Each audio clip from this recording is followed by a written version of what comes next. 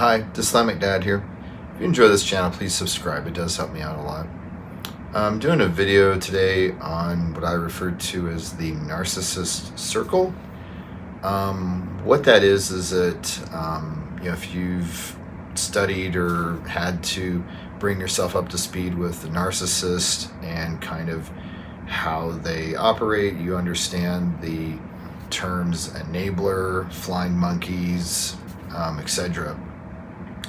Where these are people that support the narcissist and what they do, and more importantly, they support the narcissist basically no matter what.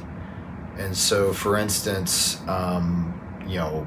hypothetical situation might be a narcissist is working at an office job. They are hungry. They go to the food court or the cafeteria.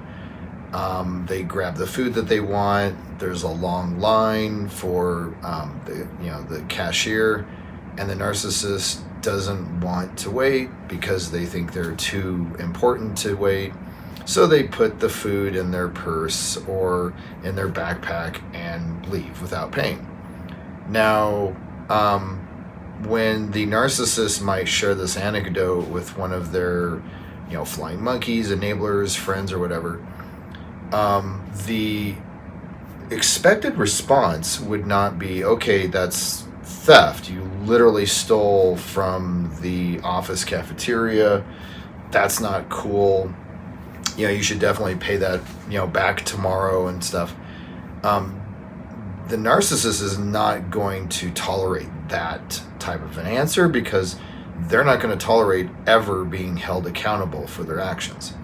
So the answer that the narcissist would expect to get from one of their people in their circle is, hey, I totally get it. If I was working at the office and I was hungry and there was a really long line, I would definitely just take that food, put it in my backpack, and leave because I'm just too busy. I don't have time to waste waiting in line like that, especially if I'm hungry.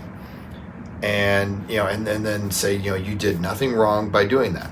And so that's what the narcissist is looking for, is basically yes men, yes women, people that will not only acknowledge the narcissist's, say, worldview or experience.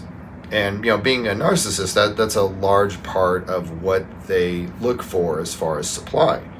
But they want to go that next step further, where they're actually getting validation for what they did, and to hear, hey, that is the same thing that I would do. Not only is that not simply okay, it's actually the right thing to do in that situation.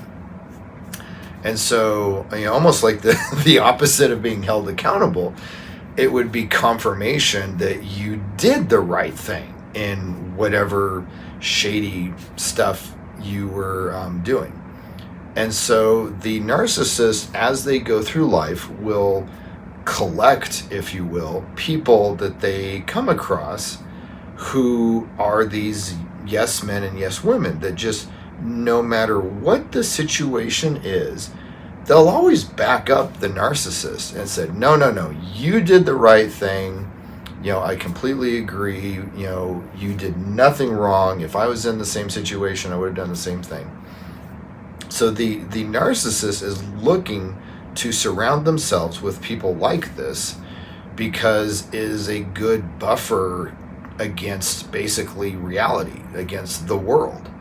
And so the last thing that the narcissist wants to ever feel is shame or guilt. And so if they can have people just perpetually saying, no, you did the right thing.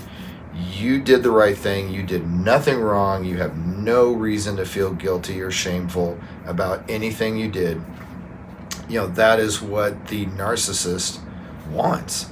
And so, where this, you can probably tell this can go in some very odd directions. And I know for myself with my ex-wife that there were situations where her, not all, but some of her friends went that extra mile to become part of that circle. And so when my ex-wife was, say, cheating on me, or ordering things and having them shipped to the friend's house, just all this really shady stuff that they knew was just not right at all. But not only did the friend tolerate my ex-wife doing these things, but the friend actually was a cheerleader and said, yeah, cheat on your husband. Yeah, while your husband is at home watching the children, go out and cheat on him. Yeah, that's definitely what you should do. That's good. That is good. Nothing wrong. No guilt. No shame. You're doing the right thing. Same thing, like, oh, you're ordering all this stuff that, you guys can't afford. No problem. Have it shipped to my house so that your husband doesn't find out, and then we can just put it in your car at some point. But that's definitely the right thing to do. Always order stuff behind your family's back and have it shipped to other people's houses. Again, like, I mean, that's what I'm saying. Is like, it is so beyond shady. It's not even like there's a gray area. It's just like, no, this is not okay. And that's the point of this video, is that the narcissist is looking for not people to kind of trick, and be like, oh, it's kind of a gray area, but let's just kind of let this one pass. The narcissist is not looking for people like that. The narcissist is looking for people where the narcissist can do something that is patently wrong, deceitful, lying, maybe even malicious, and the people in the narcissist circle are not only are they not going to say anything, they're actually going to cheer on. They're going to say, yes, go, go, go. You are doing the right thing. It's like, oh, the smear campaign, how can I help you? Oh, you need an alibi, you need an alibi for when you're supposed to be at work, but you were, doing Tinder dates or something like that. Hey, I'll be your alibi. They want people in their circle who they know have their back no matter what. And that, it's not like the narcissist is looking for people who simply don't judge them. They're looking for people who not only do they not judge them, but they also, cheer them on, pat them on the back and say, yeah, this is great. This is great. You should definitely cheat on your husband or cheat on your wife, or, steal from the company or steal from that other person. And so, as time goes on, the narcissist will, meet new people, encounter new people, and over the course of time, as they interact and talk with them, they will find people that I don't know the psychology of this, but people who just don't have any backbone, they don't have any moral compass. I really don't know like what's going on in their head, but that there are these people that will just always side with the narcissist and say, no, you're 100% in the right. You're doing the right thing.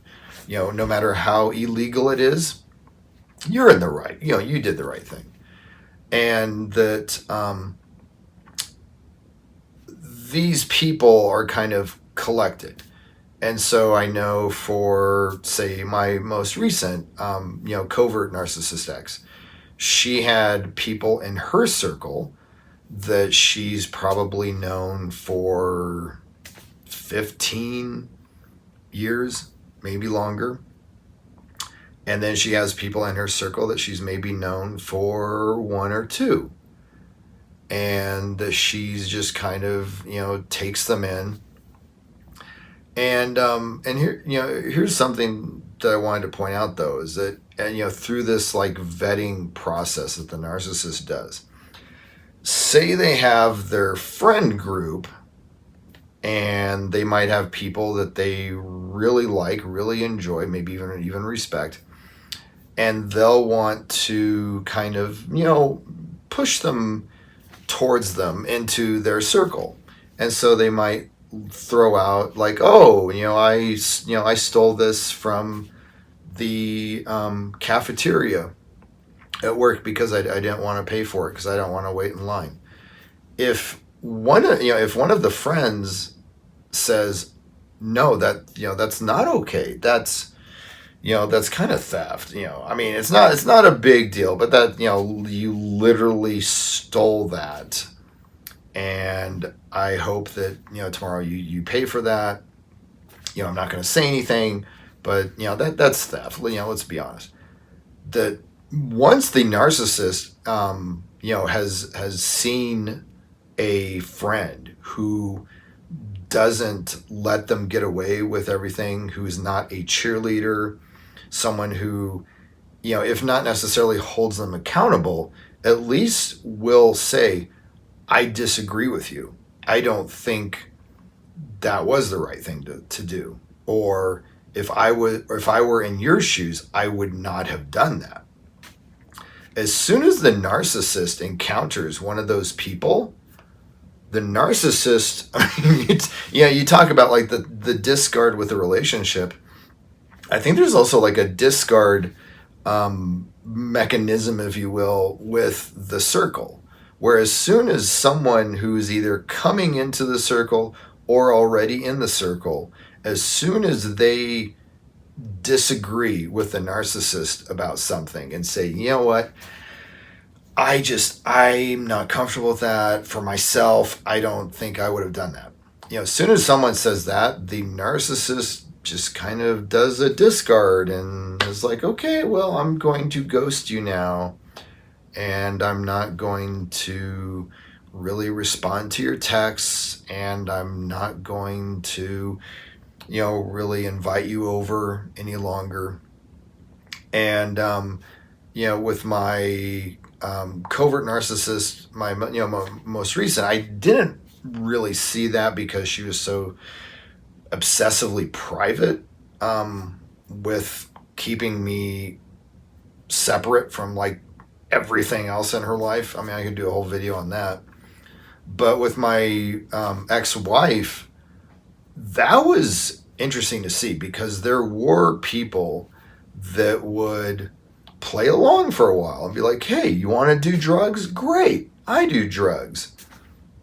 Hey, you want to hang out with my swinger group? That's great. I love swinging. Oh, you want to use me as an alibi while your husband's at home taking care of the kids? I don't know. I'm not comfortable with that. I would just feel better if you used someone else as an alibi. Boom, gone. Like my ex-wife is like, okay, you disagreed with me on one item. On one time, I asked you to do something shady, and you stood up to me, and so therefore, you're no longer my friend. And as far as I know, they never saw or spoke to each other ever again. And it was just simply, again, it's just one of those things where the moment one of her friends would draw a line in the sand and just say, hey, I'm not really comfortable with that, my ex-wife would never speak to them again. It was like they no longer existed. So, So I just thought I'd do a video on the narcissist circle. Again, this is that group that the narcissist cultivates, collects, so to speak, over time of enablers, flying monkeys, supporters, and cheerleaders. So hopefully this video has been helpful. Thanks.